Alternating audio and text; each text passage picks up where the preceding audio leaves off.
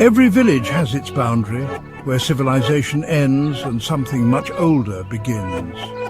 For Evermore, a remote hamlet wedged between dense pine woods and mist-choked wetlands, that boundary was the old marsh path. By daylight, travellers respected its silence. By night, no one dared walk it alone. Legend claimed the witches of old hid their power deep in the marsh, where a singular lantern kept watch over a sealed root spirit bound in agony. The lantern was said to glow faintly, revealing the path home. But at certain times, blood moon, solstice, eclipse, it could draw you closer to the seal instead. If the seal broke, the bound spirit of vengeance would rise, and the lantern would guide it through the fog. Alyssa Hartley was no believer in folklore, but when she inherited her grandmother's cottage on the outskirts of Evermore, she also inherited a battered leather-bound journal. Its pages were yellowed with age, filled with incantations and lucid sketches of roots strangling a stone skull. The final entry, dated 1824, was scrawled in haste. The lantern draws the curious, beware the seal, keep the root spirit chained within. Her curiosity overrode caution. That autumn, as the harvest waned, she set out at sundown carrying an oil lantern and her grandmother's journal. She walked the marsh path until the trees parted into open, mist-draped grass, and despite the chill fog, the lantern refused to glow. Shrugging, she continued. Then ahead she saw it, a lantern swinging on a crooked pole, lit by a pale blue flame. Its shape was exactly as the journal described, hexagonal glass panes, gnarled metal and runes etched across the top. A whisper of movement tickled her spine. She felt compelled, pulled. She reached out, touched the cool metal. The flame shivered and expanded, bathing her in spectral light. That's when she heard it, a low moan, like distant gusts through hollow bone. She glanced down to see the grass around the pole writhing, roots creeping up like fingers. Panic snapped through her. She dashed back toward the path, but the earth beneath her seemed to shift. The mist thickened. Behind her, a wave of relief. She'd almost reached safety. Then she misstepped, plunging into water. Her lantern went out, panic pressed. In the darkness, she heard grinding stone, an earthborn groan. Finally, she broke free of the marsh, collapsed on familiar ground. By the time she returned home, soaked and shivering, she felt the crushing weight of dread, but told herself it was nothing extraordinary, just an old story, reborn in her mind. Desperate, she consulted the journal. The incantations described a ritual using the lantern's lantern wiper runes and a counter-curse.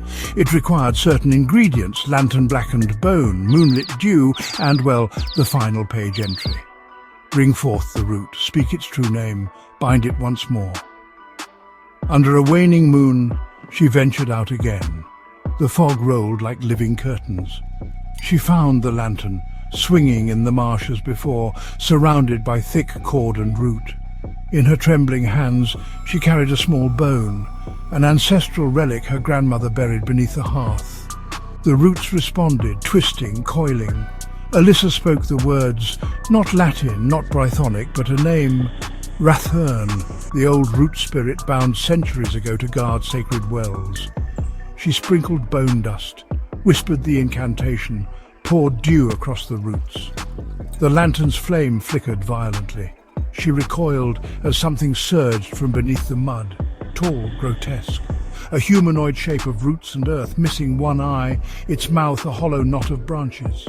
It collapsed the lantern pole with a howl of cracked wood. Return. Bound by starlight, warden's right. Return. The creature froze, mud dripping, its head lolled, and it paused. Then it shrieked, a sound of tearing earth, and lunged. Alyssa backed away. Her heart pounded until she thought it might burst from her chest. She nearly tripped, then remembered the journal's final words. Sacrifice the warden, and the seal holds. The warden was the lantern possibly, but he was broken. So maybe the sacrifice was hers. She clenched bone fragment, grit in her teeth. As the spirit advanced, she hurled the bone into its gaping chest. 1 second it snarled, next it flared, then shattered into black sap that retreated into the earth. The lantern pole snapped upright, blue flame dimming. She collapsed forward, injured and weeping. She heard the roots retreat with a sucking sound. The light in the marsh pulsed twice, then flickered out. Dawn touched the sky. Alyssa climbed from the marsh, body bruised and mind fraying. She returned home, journal in hand, completely alone. The villagers watched her with hollow eyes. She'd returned and left others missing, but she also carried the mantle.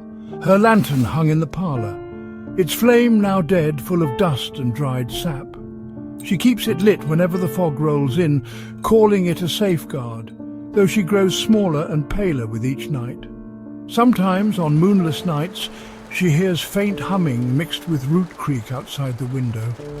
She knows that if she ever lets the lantern die again, the spirit will slip free.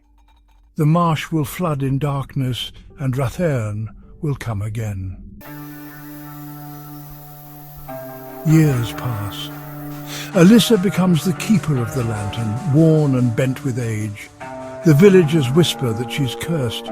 She never sleeps more than an hour, and her skin is ashen, but she'll not die because she is the seal. Then, one foggy October night, she disappears. Her cottage is found empty, the lantern gone. Outside, the garden is overgrown, with one single stump, a root splitting the earth pulsing. In the marsh, blue light shines, but now with double intensity, because the seal is broken twice, and no one knows the name of the new warden.